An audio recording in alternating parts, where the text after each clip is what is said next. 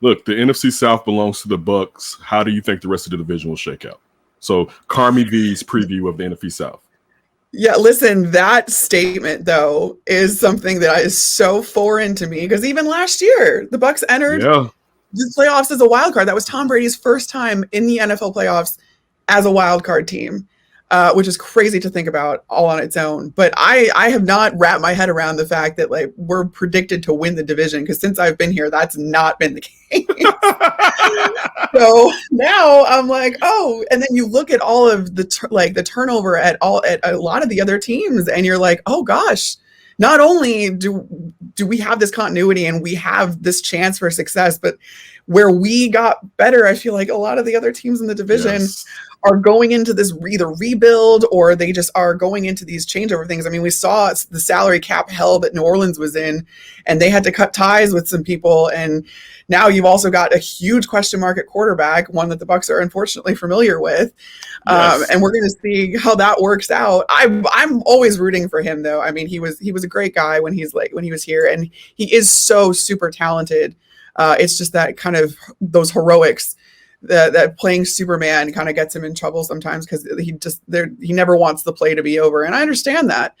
But sometimes, obviously, that's led to some very iffy things. But I do think that I'm going to be really interested to see how that offense is retailored for him because you cannot run the same offense you had for Drew Brees with Jameis Winston. It's just not possible. But Sean Payton is a brilliant play caller. I will never, you can't take that away from him as much as this is a division rival. Sean Payton is an excellent coach. He's a great play caller. He's a great offensive mind, and he can figure it out if anyone can. So I still think that the Saints kind of end up in that 2 spot. I think the Panthers could surprise some people just because I think their defense might be a little bit better. That secondary, which was so young last year, I feel like is going to be better this year. I really was a huge fan of Jeremy Chain coming out, and now they put him at linebacker last year. I just don't think that he was just too undersized for that position. They're moving him back to safety this year. And so I feel like that could shake out pretty well for that defense. As far as Atlanta goes, there's just so much turnover there. And that defense needs to get a lot better. But you still have Matt Ryan, and Matt Ryan's still he's got Calvin Ridley. He's got weapons. So you're going to, I think, still see a pretty high-powered offense from Atlanta. But between the Panthers and Atlanta, I'm not necessarily sure who goes 3rd and 4th. But I still anticipate New Orleans being in that 2nd spot because maybe it's just like PTSD for me because New Orleans has just always kicked our butts. So I don't know. I understand. Believe me, I understand. Listen, let's bring you home before you go back to nice weather down there in Tampa.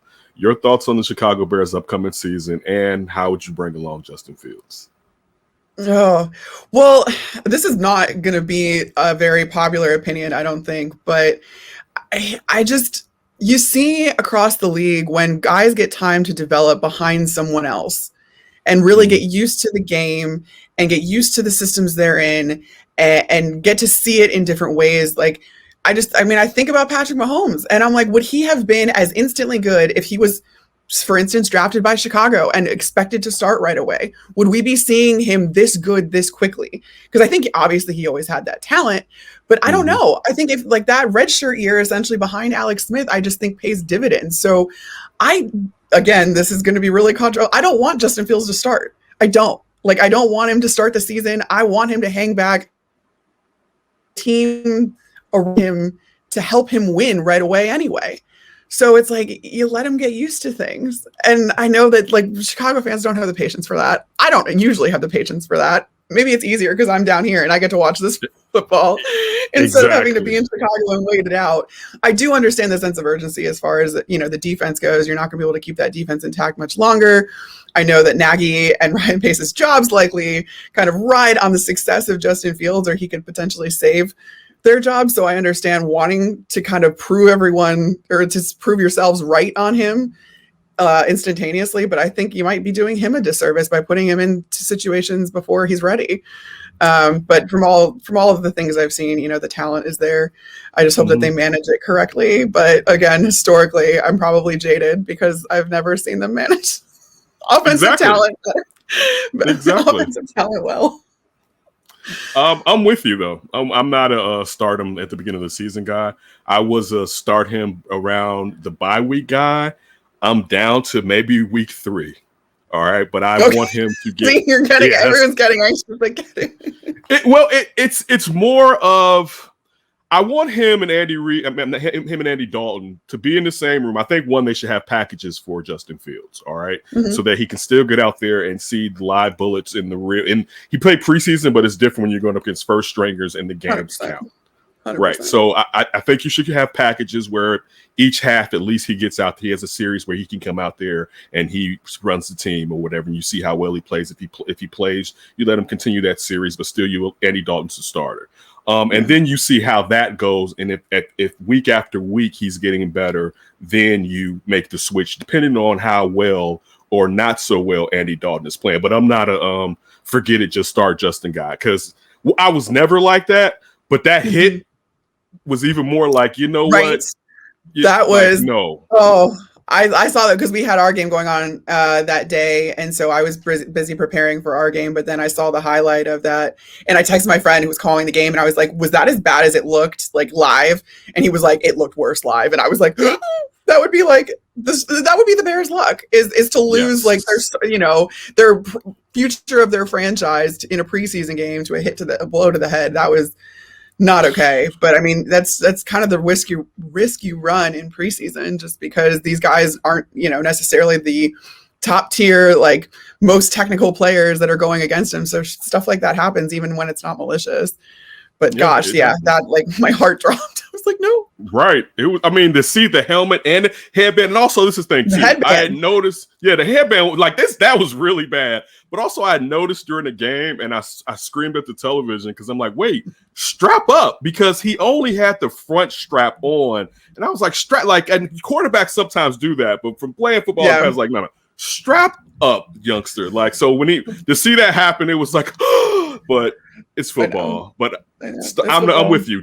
Whoa, let me ask you this though. So if you had to choose what part of the season you would start him, when would you start him? Or you're just like total Patrick Mahomes, just redshirt year?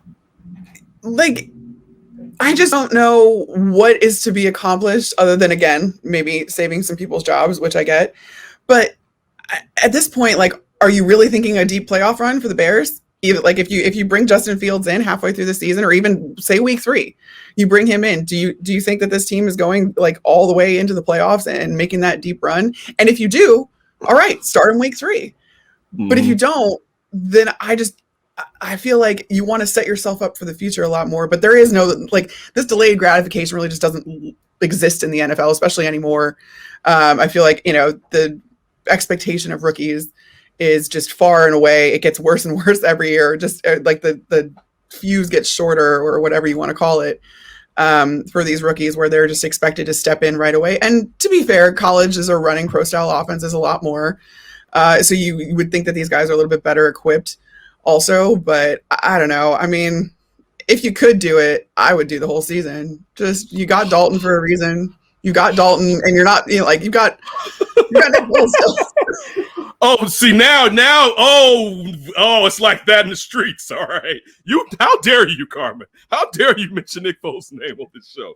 I'm sorry, listen, but it's true. No, we don't. First of all, listen, I didn't say anything when you brought up Trask. And because since there was a chance that the Bears may have drafted Kellen Mond, now those are two names that I don't speak, because I don't speak second and third round quarterback after getting a first round quarterback. That's I don't usually either, but yeah, that's how bougie I am right now because we have Justin Fields.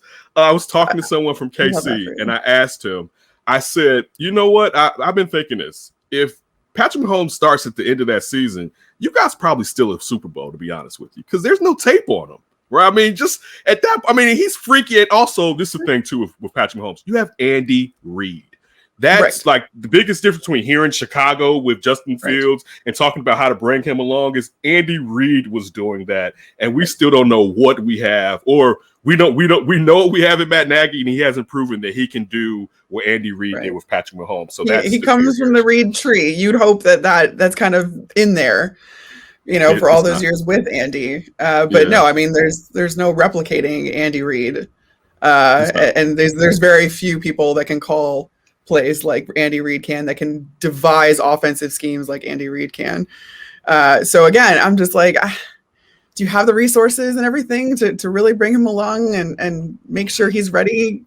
I don't know. I don't know. It must be nice. It must be nice.